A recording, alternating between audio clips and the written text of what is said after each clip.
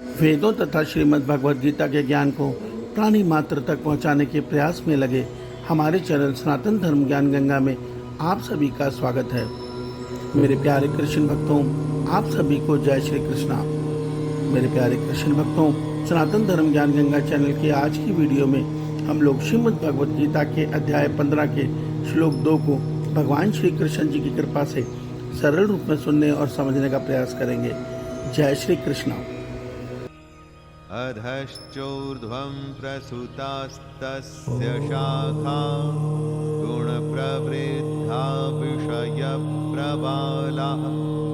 अधश्च मूलान्यनुसन्ततानि कर्मानुबन्धीनि मनुष्यलोके। मेरे प्यारे कृष्ण भक्तों, श्रीमद् भगवद गीता के अध्याय 15 के श्लोक 2 में भगवान श्री कृष्ण जी इस संसार की तुलना पीपल के वृक्ष से कर रहे हैं।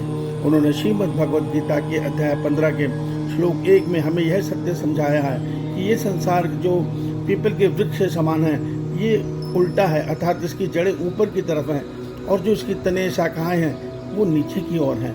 भगवान कहते हैं जो इसका मूल बीज है वो मैं परम परमात्मा हूँ और मुझसे ये उसकी मुख्य शाखा है वो ब्रह्मा है।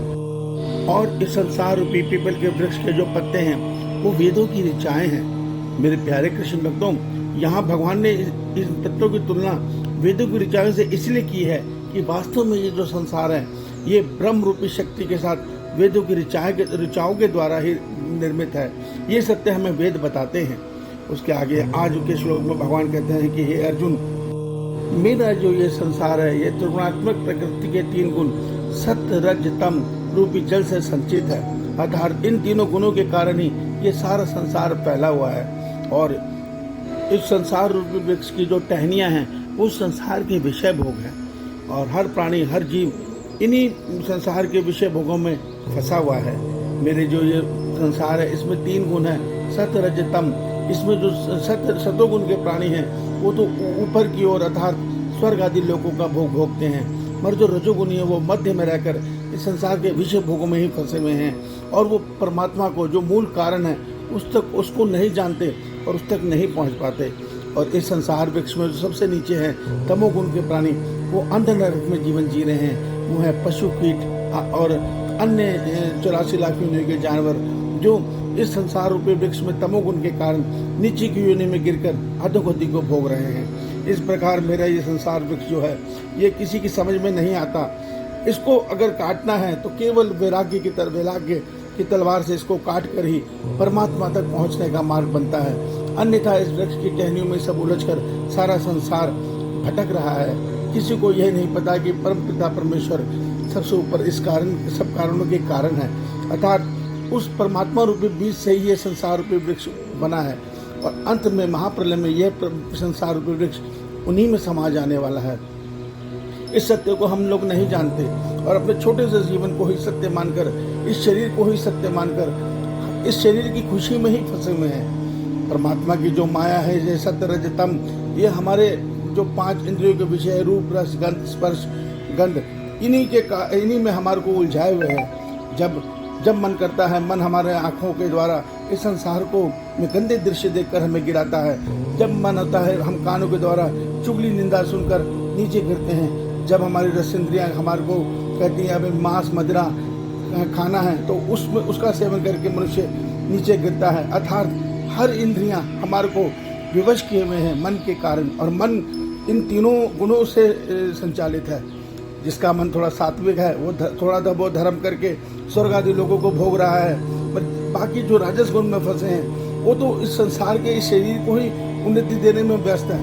उनको ये नहीं पता कि वो कितनी भी उन्नति दे ले एक दिन वो सब कुछ यहीं छोड़ के जाएंगे और मूर्खतावश लगे हुए हैं रात और दिन एकत्र करने में।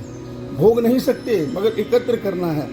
और तमोगुनी की तो बुद्धि ही हर लेती है ये प्रकृति, और वो तमोगुनी तो जानवर के अनुसार कार्य करके कर्म करके सीधा पशु की योनि में जा रहा है। इस प्रकार परमात्मा के संसार में वृक्ष चल रहा है। परमात्मा सबसे ऊपर इस संसार का कारण है अर्थात बीज है।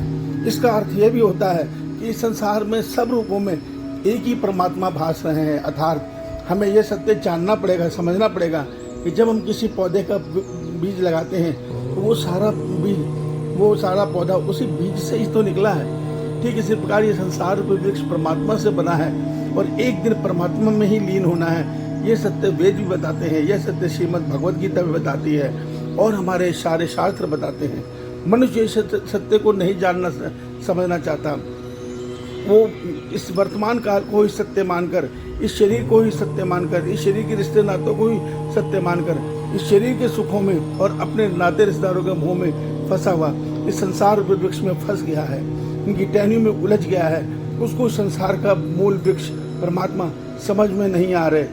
मेरे प्यारे कृष्ण भक्तों, भगवान हमें यही सत्य समझाना चाह रहे हैं कि मेरे प्यारे कृष्ण भक्तों, वास्तव में संसार मिथ्या है, झूठा है, यहाँ कुछ भी सत्य नहीं है। तुम आत्मा हो, परमात्मा के अंश हो, प्रयास के द्वारा उन्हें पाओ। ईश्वर आप सबका कल्याण करें।